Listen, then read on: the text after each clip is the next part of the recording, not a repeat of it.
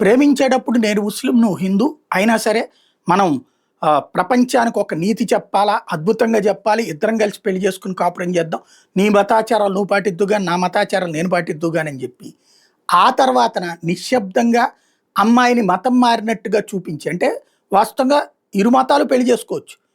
పెళ్లి చేసుకున్నప్పుడు ప్రత్యేక చట్టం ఉంది, వివాహ ప్రత్యేక చట్టం ఉంది. దాని ప్రకారం రిజిస్టర్ చేయించుకుంటే అసలు గొడవే లేదు.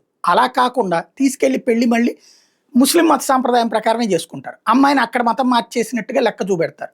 అది పెళ్లి చెల్లదు. ఇది తాజాగా కీలకమైనటువంటి తీర్పు అలహాబాద్ హైకోర్టు ఇచ్చింది. ఇందులో మహమ్మద్ బిన్ కాసిం అనేటటువంటి అతను, అక్బర్ అని కూడా పిలుస్తారు, హిందూ మతానికి చెందిన జైనా పర్వీన్ అలియా చంద్రకాంత అనే అమ్మాయిని పెళ్లి చేసుకున్నాడు. అసలు పేరు చంద్రకాంత.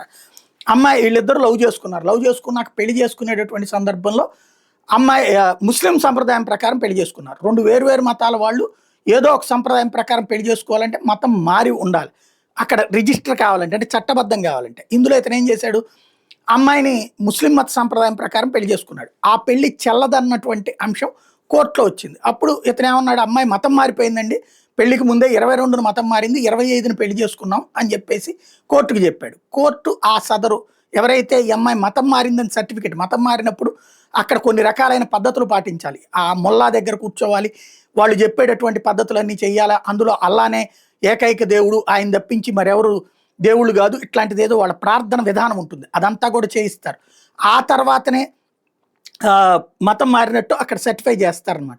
అట్లాంటి సర్టిఫికెట్ ఇవ్వలేదు, అసలు అట్లాంటి సిస్టమ్ కూడా అమ్మాయి చేత చేయించలేదు. అసలు మేము ఈ సర్టిఫికెట్ ఇవ్వలేదని చెప్పేసి ఎవరైతే మత పెద్ద చెప్పుకొచ్చారు, ఆ సంస్థ చెప్పుకొచ్చింది. దాంతో తప్పుగా మోసం చేశారు అన్నటువంటి కారణంగా మత మార్పిడి పెళ్లి చేసుకోవడం, మతం మార్చకుండా పెళ్లి చేసుకోవడంలో తప్పులేదు.